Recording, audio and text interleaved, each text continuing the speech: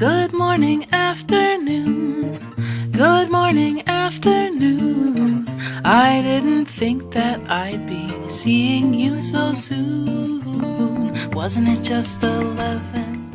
Ahoy, hoy, everybody, and welcome to some special Talking Simpsons bonus content. I'm one of your hosts, the Jub lover, Bob Mackey. And who is here with me today, as always? Henry Gilbert, a lover of Steven Universe and Jub. And this is an exciting bonus we have spinning right out of our recent Selma's Choice podcast. Yes, if you can believe it, at times a Talking Simpsons episode can be too long. And we decided that we would offload some of the interview content with Rebecca Sugar into its own little bonus episode for you all to enjoy outside of the discussion about Selma's Choice. Yes, we had so many questions about Rebecca's career and work on Steven Universe and all that. And if you listen to the podcast all the way, she even asked us, cut this down, cut it down. Like, even she was feeling like she was slightly self-conscious about how long it was. But we loved every second of it. But yes, we wanted to give people another chance to hear some of the extra stuff we chatted with Rebecca about, as well as, to boost up again, to let people know they should really be checking out the brand new album of music she just released, Spiral Bound, which again is so good. Mm-hmm. And as she said, on the main podcast too, you can find that on Spotify, on YouTube, on Bandcamp, on pretty much all places like officially that you can find music and give it a listen to. Like, it's 6 brand new songs, the first music she's written,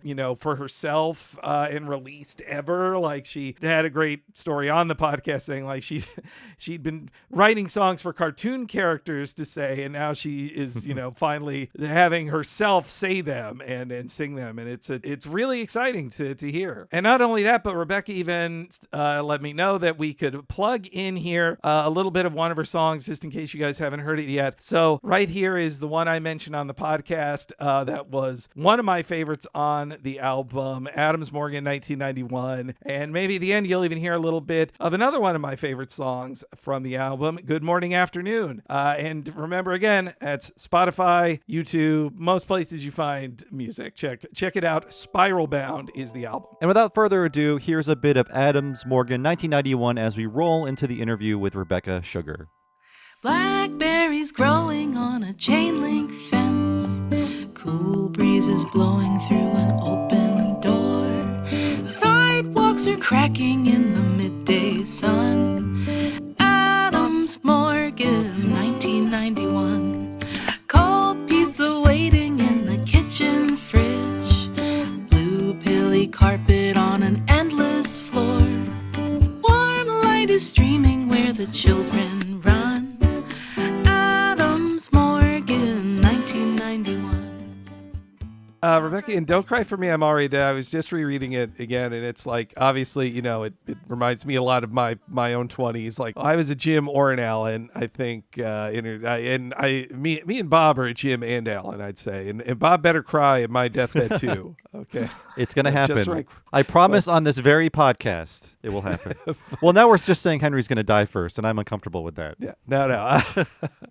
But also, I think my favorite great use of a Simpsons reference in it was when Alan is Jim's best man at his wedding, and he is quoting what Abe says to Homer about time travel that he did say at his wedding in Treehouse 5. And I was like, oh, that is such like a great like layered reference. That was the one. That was the one that's a Twilight Zone reference, but it's in The Simpsons. That's the one that I was called out for as being like, that's not really from The Simpsons. But yeah, I thought that. It's very well observed, Rebecca, because my wife and I have Simpsons references inside of our wedding ring. We have the words "good waffles" inside of our wedding rings. That's you can't so see it on beautiful. camera. But just because we love that scene so much, we love that joke so much, and we're going to stick together. That's what good waffles do.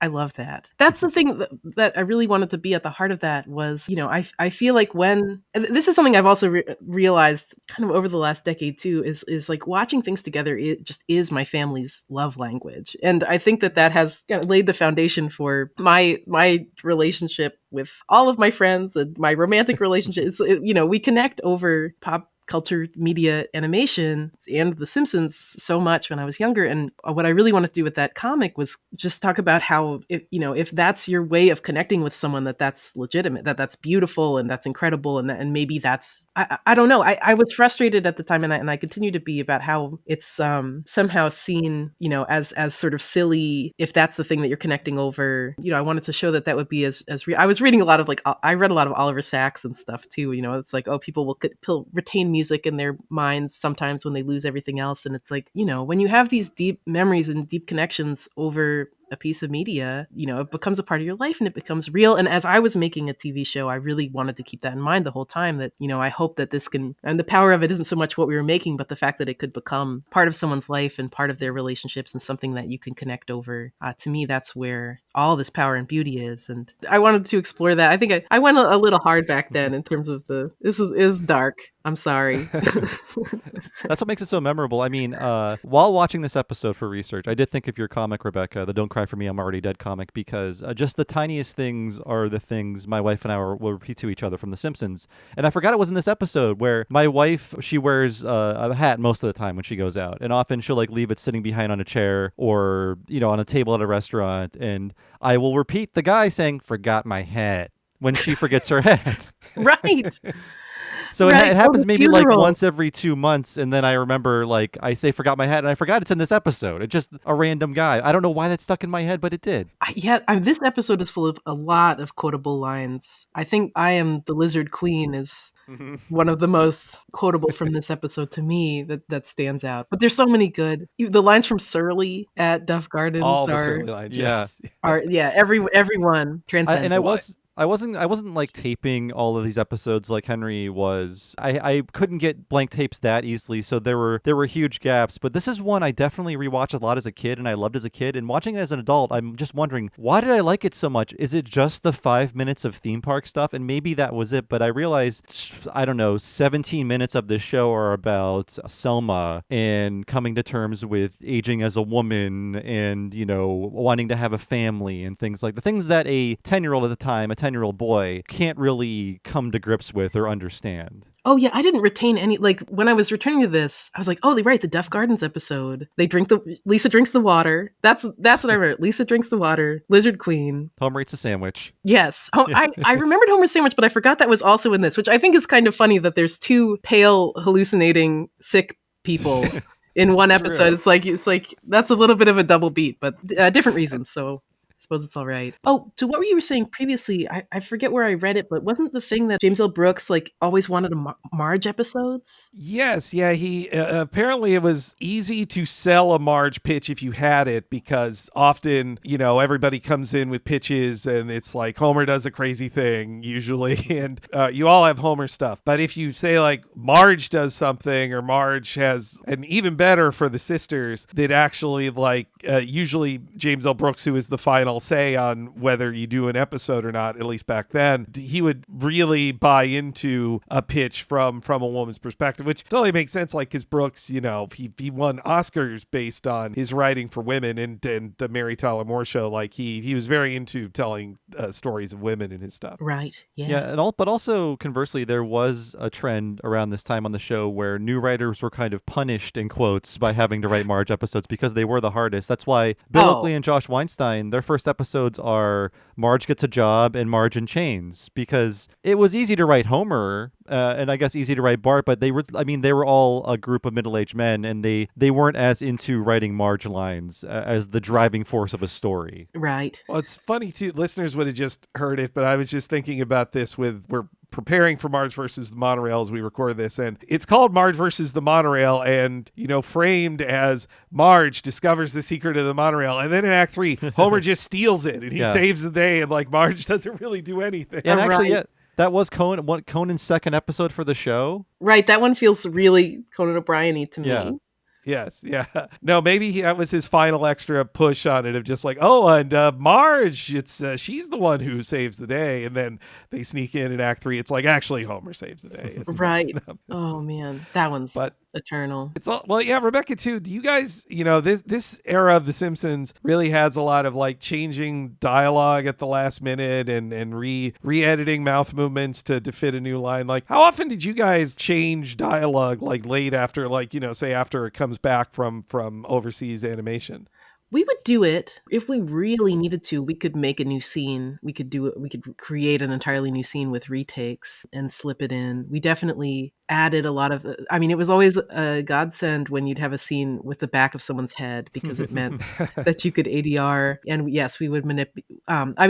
Also, like, I'm very particular as an animator. Like, if we did get an ADR line, we could go in and manipulate the lip sync to try and get it to get it to match, because we'd be in the edit bay slipping the line in. We didn't do it a huge amount, and usually when we did, it would be for clarity. It wouldn't be for punch up. If we're watching this thing down and we're just like, oh, that we totally forgot to mention this thing you need to know within this episode, especially about lore or characters. Or I'm trying to think of some of the times that we would do it. But yeah, it's wild going back to Simpsons, because they the writers would be involved up until the last second, and so you'd see a lot of ADR jokes, and the fact that the lip sync won't hook up. It's fun to just wonder, oh, what was this going to be? I didn't spot that when I was young. There's the whole Frogurt exchange, which is a big part of Don't Cry. When I went back to see that, I was like, oh, this scene is a Frankenstein. I think they just fabricated this entire thing.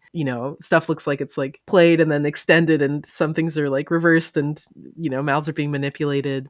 I didn't know how to see that when I was younger, but now I like being able to see how these things are kind of collaged together. Yeah. Well, it's something in HD too that you can really, it's easier to tell because they edited on VHS back then, unlike today's editing. Right. Yeah. We could get really particular, and we could isolate mouths and hold other parts of the body, and we did like a lot of our camera shakes in post and gels for different. Well, we had a After Effects department as well, which only later on in the show we campaigned for years and years to have an effects department, because we did it really traditionally. I mean, we would, like, if you needed a certain time of day, like, you couldn't just throw a color on something. Like, you'd have to build every palette for everything, every prop and every character had to be in a certain lighting, and then you'd send all those blueprints to the studio. So yeah, but we definitely had some flexibility for like holding mouths and changing that. But you guys wouldn't have references to, like, say a pop culture figure who might die before the episode come out. That wasn't a danger for you guys. You know what happened once? That was kind of like this. Oh my gosh! I'm like, should I even tell this story?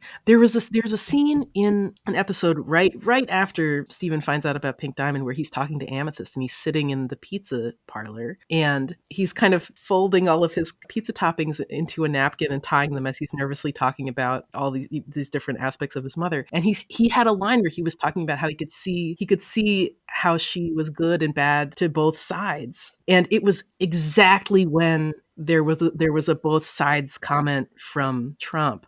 Like weeks before we were finalizing this episode, where just even saying the words both sides was just so upsetting. And we cut it. We changed the line at the last second. I'd say that's probably the closest thing. It wasn't a pop culture reference, but it was just like, no, like that's not what we're trying to do here. And similarly, I think, we did the whole Gem Harvest episode, which was completely recontextualized when it came out weeks after, because at the time that we made it, it was like, oh, Uncle Andy is completely stuck in the past. Like this, people don't agree with this way of thinking anymore, and he needs to realize that, and he needs to sort of join all of us in the present. And it was just like, the second it came out, it was like, this doesn't mean this at all anymore. And trying to figure out right before it comes out, I know how to really clarify what that was, because that episode aired Thanksgiving 2016. Yes. Which was a very fraught time that you couldn't have anticipated. No, because we're writing it a year before, and at the time we were writing it, it was like, what a lonely person, nobody agrees with him. I mean, it's just so different. I mean, it also,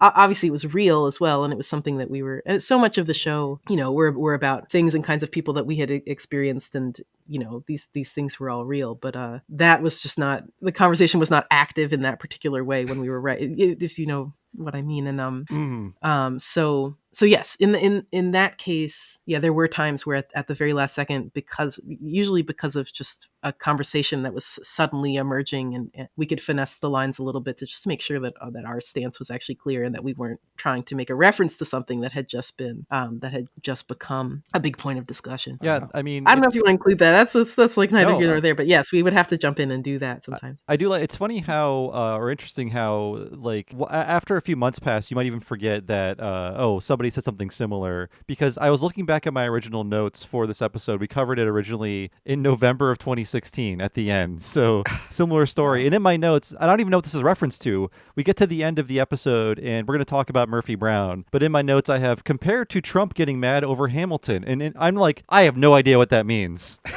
Oh my gosh, right. It's 7+ years later. I have no idea what that means, but I'm sure everyone was talking about it when that episode went live. But I forget what, I mean, I know Mike Pence went to a Hamilton thing and maybe the cast talked to him. I have no idea again, but it's weird how much these things occupy our brains. Oh, go ahead. Right, they all stood and they protested I vaguely remember. Yeah. So I think you really have to remember. It's like you look at those words and you're like, oh yeah, that's something like what I imagined must have happened. But yeah, I think I remember that. Yeah, that's great. So we covered this when that Gem Harvest episode aired. Yeah, apparently the last time we did this was November 30th, 2016.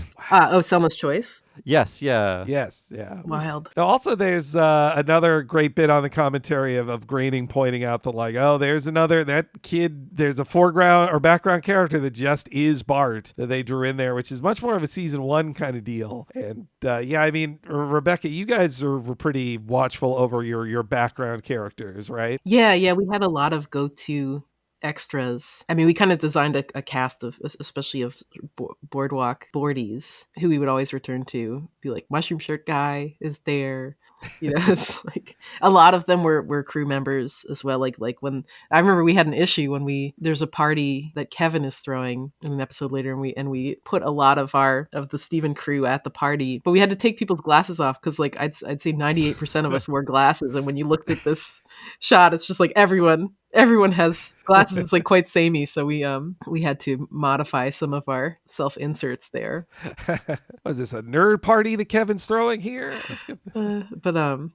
But yeah, and they all had their different little names. But yeah, it's crowds are tough. It's tough. It's funny. I've been rewatching a lot of old Looney Tunes with Ian, and looking at those old cartoons. It's like there's like maximum of 2 characters on screen at a time. It's like they just don't do crowds, and when there are crowds, it's just like shapes of paint and sound effects, because crowds are really, really hard, and then doing them for television, that's challenging. And to do a shot with like 16 characters in it, and to do a shot with 1 character in it, like the pay is the same, there's no extra time. It's just really punishing to do. So yeah, it makes sense. You got to find a way to reuse whatever you can with characters too. Also with locations, we were always trying to find ways to do clever reuse. There's this story because we would use all the time the stage that they would set up on the beach, and we'd find different ways to repurpose it. It's like there's a concert, or there's like a political debate, and it's like we would always get to use the stage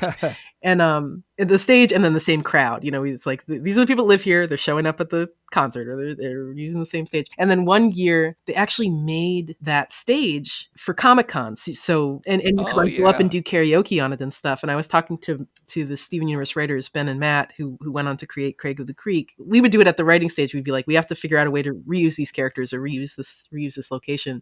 We walked into Comic-Con and they saw the stage, and Ben said his first thought was like, oh good, reuse. Like, it's like they didn't have to build this thing from the ground. It's like they had to build this from the ground up. There's nothing that was economical about doing that, but it's just like, it's such an impulse. Like, yes, we can use this again. We can use this place again. We can use Mushroom Shirt Guy again. It's like, just, yeah, we have it. So yeah, it makes sense. It's like, yeah, sometimes you just have to throw an extra Bart in there, Sometimes an extra Bart shows up. I mean, Matt Groening, he's not an animator, of course, but he would tell the animators or the director, make it like Dumbo, put the crowd in the dark, less detail that way. The problem is, the show had too many riots during the day in Springfield. Yes.